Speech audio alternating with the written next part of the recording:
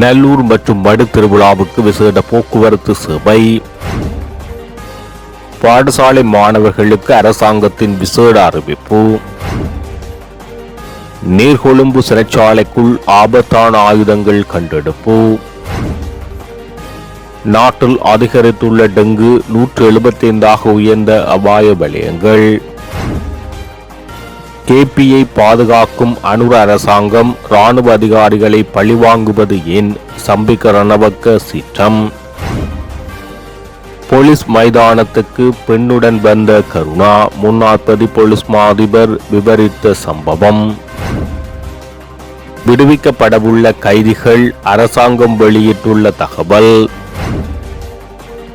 நாட்டில் எந்தவொரு பௌத்த துறவியாவது பிரபாகரனுடன் இணைந்து புகைப்படம் எடுத்துக் கொண்டதில்லை. இந்த கே சத்தாதிச தேரர் தெரிவிப்பு. விடுதலை புலிகள் அமைப்பை அழித்து நாட்டின் ஒற்றையாட்சியை பாதுகாத்த இராணுவ உயர் அதிகாரிகள் இன்று அரசியல் பழிவாங்கல்களுக்கு உள்ளாகியுள்ளனர் என ஐக்கிய குடியரசு முன்னணியின் தலைவரும் முன்னாள் அமைச்சருமான பாட்டாளி சம்பிக்க ரணவக்க தெரிவித்துள்ளார். குர்நகால் நகரில் நேற்று நடைபெற்ற கூட்டு எதிர்க்கட்சிகள் கூட்டத்தில் கலந்து கொண்டு உரையாற்றும் போது அவர் இதனை தெரிவித்தார். ஜனாதிபதி அனுகுமார் திசாநாயக்க வழங்கிய தேர்தல் வாக்குறுதிகளையும் இதுவரை நிறைவேற்றப்படவில்லை என கூறிய அவர், பொருளாதார சுமைகள் அனைத்தும் நாட்டு மக்கள் மீது திணிக்கப்பட்டுள்ளது. சர்வதேச நாணய நிதியத்தின் திட்டத்தை தவிர பொருளாதாரத்தை மீட்க இந்த அரசிடம் வேறு எவ்வித திட்டங்களும் இல்லை என தெரிவித்தார். நீர்கொழும்பு சிறைச்சாலை மோதலை சுட்டிக்காட்டிய அவர், நிர்வாக கட்டமைப்பின் பலவீனமே இதற்கு பொறுப்பு என்றும் தார்மீக பொறுப்பேற்று நீதியமைச்சர் பதவி விலக வேண்டும் எனவும் வலியுறுத்தினார். நாகரிகமான அரசியல் கலாச்சாரத்தை உருவாக்குவதாக கூறி ஆட்சிக்கு வந்தவர்கள் கடந்த காலத்தை விமர்சிப்பதில் நேரத்தை வீணடிக்காமல் சிறந்த உதாரணங்களாக செயற்பட வேண்டும் என கேட்டுக்கொண்டார். முன்னாள் கடற்படை தளபதி வசந்த கர்ணகுட உட்பட இராணுவ உயர் அதிகாரிகள் பழிவாங்கலுக்கு உள்ளாகியுள்ளனர் என குறிப்பிட்ட பாட்டாளி சம்பிக்க ரணவக்க, பிரபாகரனுக்கு பக்கபலமாக இருந்த கேபி எனப்படும் குமரன் பத்மநாதனை பாதுகாக்கும் அரசு நாட்டை பாதுகாத்த இராணுவ அதிகாரிகளை இலக்கு வைப்பது கண்டிக்கத்தக்கது என்றார். தேசியத்தை முன்னிலைப்படுத்தி செயற்படும் சகல தரப்பினரும் எதிர்க்கட்சிகளும் ஒன்றிணைய வேண்டிய தருணம் இது என அவர் சுட்டிக்காட்டினார். நாட்டின் சிறை அமைப்பில் நிலவும் கடுமையான நெரிசலை குறைக்கும் பொருட்டு 70 வயதுக்கு மேற்பட்ட கைதிகளை விசாரணை கைதிகளையும் விடுவிப்பது குறித்து அரசாங்கம் ஆராய்ந்து வருவதாக பொது பாதுகாப்புத்துறை பிரதியமைச்சரும் சட்டத்திறனியுமான சுனில் வட்டகல தெரிவித்தார். சிறை நெரிசலை குறைக்க எடுக்கக்கூடிய நடவடிக்கைகள் குறித்து அரசாங்கம் நடத்திய உள்ளக கலந்துரையாடலின் போது இந்த முன்மொழிவு முன்வைக்கப்பட்டதாக தெரிவிக்கப்படுகிறது. தற்போது நாட்டில் உள்ள சிறைகளில் 70 வயதுக்கு மேற்பட்ட 1000க்கும் மேற்பட்ட கைதிகள் இருப்பது கண்டறியப்பட்டுள்ளது. இதேவேளை கொலை போன்ற கடுமையான குற்றங்களில் ஈடுபடாத முதிய கைதிகளை விடுவிப்பதில் அரசாங்கம் கவனம் செலுத்தி வருகிறது. கூடுதலாக போதைப்பொருள் வழக்குகளில் விசாரணை கைதிகளாக உள்ள நபர்களின் பகுப்பாய்வாளர் அறிக்கைகளை பெறுவதில் ஏற்படும் கடுமையான தாமதமும் சிறை நெரிசல் அதிகரிப்பதற்கான ஒரு முக்கிய காரணமாக கண்டறியப்பட்டுள்ளது.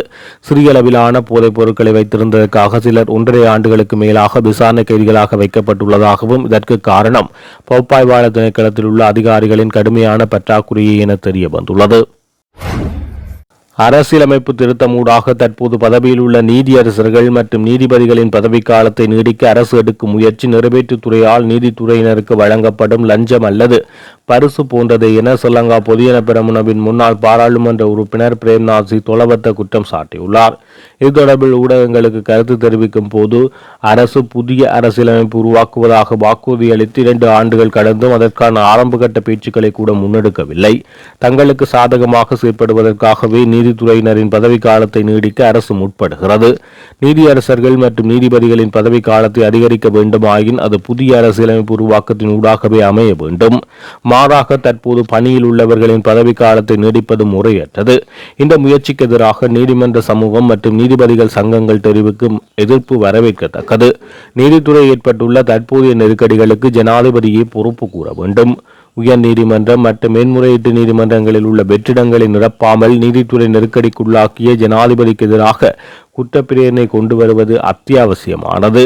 நீர்கொழும்பு சிறைச்சாலை மோதல் விவகாரத்தில் தார்மீக பொறுப்பேற்பதாக கூறும் நீதியமைச்சர் தனது பதவி விலகல் செய்ய சுயாதீன விசாரணைகளுக்கு ஒத்துழைக்க வேண்டும். அவருக்கு எதிராக நம்பிக்கையில்லா பிரேரணை முன்னெடுப்பது சிறந்தது என தெரிவித்துள்ளார். டெங்கு பரவலை தடுக்கும் நோக்கில் பாடசாலை மாணவர்களுக்கு அரசாங்கம் விசேட அறிவுறுத்தல்களை வழங்கியுள்ளது. கல்வி, உயர்கல்வி மற்றும் தொழிற்கல்வி அமைச்சினால் இந்த முக்கிய அறிவிப்பு வெளியிடப்பட்டுள்ளது. அதன்படி பாடசாலை மாணவர்கள் டெங்கு நுழம்பு கடியிலிருந்து தங்களை பாதுகாத்துக் கொள்ளும் வகையில் கைகள் மற்றும் கால்கள் முழுமையாக மூடக்கூடிய பொருத்தமான ஆடைகளை அணிவதற்கு பாடசாலைகள் அனுமதி வழங்கலாம் என தெரிவிக்கப்பட்டுள்ளது. வழக்கமான பாடசாலை சீருடையின் சேர்த்து நுழம்பு கடியிலிருந்து சிறந்த பாதுகாப்பை வழங்கும் வகையில் கைகள் மற்றும் கால்களை முழுமையாக மறைக்கும் ஆடைகளை அணிய மாணவர்களுக்கு அனுமதிக்குமாறு பள்ளி அதிபர்களுக்கு அறிவுறுத்தப்பட்டுள்ளது. தர நிர்ணயங்களுக்குட்பட்ட நுழம்பு வேட்டிகளை பயன்படுத்துவது குறித்து மாணவர்களுக்கு விழிப்புணர்வு ஏற்படுத்துமாறு அதிபர்கள் கேட்டுக் கொள்ளப்பட்டுள்ளனர்.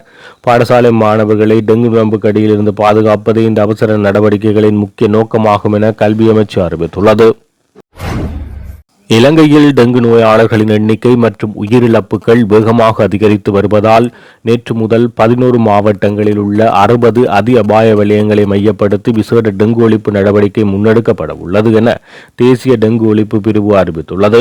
கிளீன் ஸ்ரீலங்கா வேலை திட்டத்துடன் இணைந்து இந்த விசேட நடவடிக்கைகள் முன்னெடுக்கப்படுகின்றது. நாடு முழுவதும் அடையாளம் காணப்பட்ட அதி அபாய வலயங்களின் எண்ணிக்கை தற்போது 175 அதிகரித்துள்ளது. 2026 ஆண்டில் இதுவரையான காலப்பகுதியில் 67,000 அதிகமான டெங்கு நோயாளர்கள் பதிவாகினர். தற்போது தினசரி பதிவாகும் நோயாளர்களின் எண்ணிக்கை 1000 தாண்டியுள்ளது. ஜூலை மாதத்தின் முதல் 10 நாட்களில் மட்டும் 11,764 நோயாளர்கள் பதிவாகியுள்ளனர். நல்லூர் திருவிழா மற்றும் மடு திருவிழா ஆகிய 2 முக்கிய திருவிழாக்களுக்கும் சிறப்பு போக்குவரத்து சேவைகளை வழங்க நடவடிக்கை எடுத்துள்ளதாக நெடுஞ்சாலை போக்குவரத்து அமைச்சர் பிமல் ரத்நாயக்க தெரிவித்துள்ளார். யாழ்ப்பாணம் உடும்புராய் பகுதியில் புனரமைக்கப்பட்டு பீதியினை கையளிக்கும் நிகழ்வு நேற்றைய தினம் ஞாயிற்றுக்கிழமை நடைபெற்றது.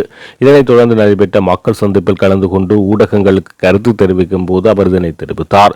வடக்குக்கான புயர்த சேவைகள் மட்டுப்படுத்தப்பட்டுள்ள போதிலும் நல்லூர் திருவிழா மற்றும் மடு திருவிழாவுக்காக சிறப்பு புயர்த சேவை மற்றும் பேருந்து சேவைகள் முன்னெடுப்பது தொடர்பில் கலந்துரையாடல்களில் ஈடுபட்டு வருகிறோம். மலையக பகுதிகளில் புயர்த பாதைகள் சேதமடைந்துள்ளதால் அவற்றின் புனரமைப்பு பணிகளுக்காக சில புயர்த இயந்திரங்களை பயன்படுத்த வேண்டியுள்ளது. அதற்காக 4 தொடக்கம் 5 புயர்த இயந்திரங்கள் அங்கு பயன்படுத்தப்பட்டுள்ளன. பரக்காப்பள பகுதியில் ஒரு புயர்த இயந்திரம் இன்னமும் மீட்க முடியாமல் சிக்கியுள்ளது. இதனால் புயர்த சேவைக்கு தேவையான புயர்த இயந்திரங்கள் இல்லாத நிலைமை காணப்படுகிறது. இது ஒரு தற்காலிக பிரச்சினை. இவ்வாறான நெருக்கடிகள் இருந்தாலும் நல்லூர் திருவிழா மற்றும் மடு திருவிழா ஆகிய 2 முக்கிய திருவிழாக்களுக்கு நிச்சயமாக சிறப்பு சேவைகள் வழங்குவோம். அதேவேளை முல்லைத்தீவு மாவட்டத்தில் காணப்படும் ஒரே ஒரு புயர்த நிலையமான மாங்குளம் புயர்த நிலையத்தில் அனைத்து புயர்தங்களை நிறுத்த வேண்டும் என்ற கோரிக்கை தொடர்பில் முல்லைத்தீவு மாவட்ட செயலருடன் கலந்துரையாடியுள்ளேன். புயர்த திணைக்களத்தை டிஜிட்டல் மயமாக்கும் பணிகள் துரித கதியில் நடைபெற்று வருகிறது. அதனால் முற்பதிவு பிரச்சினைகள் வராது என நினைக்கிறேன். பிற புயர்த நேர அட்டவணையை கருத்தில் கொண்டு மாங்குளத்தில் புயர்தை நிறுத்துவதற்கான ஏற்பாடுகள் செய்ய முடியும் என தெரிவித்தார். பயங்கரவாத தலைவனான பிரபாகரனுடன் இந்த நாட்டில் எந்தவொரு பௌத்த துறவியாவது இணைந்து புகைப்படம் எடுத்துக் கொண்டதுண்டா என பௌத்த தேசியவாத அமைப்பான ராவண பலே அமைப்பின் பொதுச் செயலாளர் இத்தேகந்தே சத்தாதிசதேரர் கேள்வி எழுப்பினார். பயங்கரவாத தலைவரான பிரபாகரன் கடந்த காலத்தில் இந்த நாட்டில் எத்தனையோ எல்லை கிராமங்களை அழித்து அப்பாவி மக்களை கொன்று குவித்தார். 31 பௌத்த துறவிகளை படுகொலை செய்ததோடு பிஞ்சு பிள்ளைகளையும் இரக்கமின்றி கொன்றார். இத்தகையதொரு கொடூரமான வரலாற்று பின்னணி இருந்த போதிலும் இந்த நாட்டில் வாழும் எந்தவொரு பௌத்த துறவியாவது அவருடன் இணைந்து புகைப்படம் எடுத்துக் கொண்டதுண்டா? 1% நாம் அவனுடன் புகைப்படம் எடுக்கவும் இல்லை, அவரது செயல்களுக்கு துணை நிற்கவும் இல்லை. ஆனால் ஏனைய மதங்களை பிரதித்துவப்படுத்தியவர்கள் அவருடன் சென்று நேரடியாக பேச்சுவார்த்தைகள் நடத்தவில்லையா? அவருடன் அமர்ந்து கலந்துரையாடல்களில் ஈடுபடவில்லையா என்பதை சிந்தித்து பார்க்க வேண்டும். அது மட்டுமின்றி இன்று பௌத்த மக்கள் மீது உயிர்த்த ஞாயிறு மற்றும் போன்ற கொடூரமான பயங்கரவாத தாக்குதல்களை தொடுத்து பேரழிவை ஏற்படுத்தியது யார் என்ற உண்மை நிலைமையை அனைவரும் ஆழமாக புரிந்து கொள்ள வேண்டும். நாம் எப்போதுமே வன்முறையற்ற அமைதியான முறையில் மிகுந்து தேரர் இந்த நாட்டில் காட்டிச் சென்ற உன்னத தர்மத்தின் வழியில் பௌத்தத்தை பாதுகாத்து வரும் துறவிகளாவோம். இந்த நாட்டில் வாழும் பௌத்த மக்களுக்கு அவ்வாறான அமைதி வழியை பின்பற்றி வருகிறார்கள்.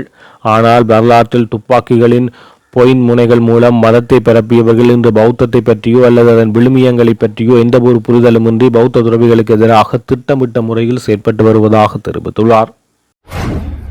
விநாயகமூர்த்தி முரளிதரன் என்றழைக்கப்படும் கருணா அமைச்சராக இருந்தபோது போலீஸ் திணைக்களத்துக்கு சொந்தமான விளையாட்டு மைதானத்துக்கு வந்த போது நடந்த சம்பவம் தொடர்பில் முன்னாள் சிரேஷ்ட பிரதி போலீஸ் மா அதிபர் பிரியந்த ஜெயக்கொடி இணையதளம் ஒன்றுக்கு கருத்து தெரிவித்தார். எனக்கு நினைவிருக்கும் வகையில் 2013 அல்லது 14ஆம் ஆண்டில் நான் போலீஸ் விளையாட்டு பிரிவின் பணிப்பாளராக இருந்தபோது விநாயகமூர்த்தி முரளிதரன் அல்லது கருணா அப்போது அமைச்சராக இருந்தார்.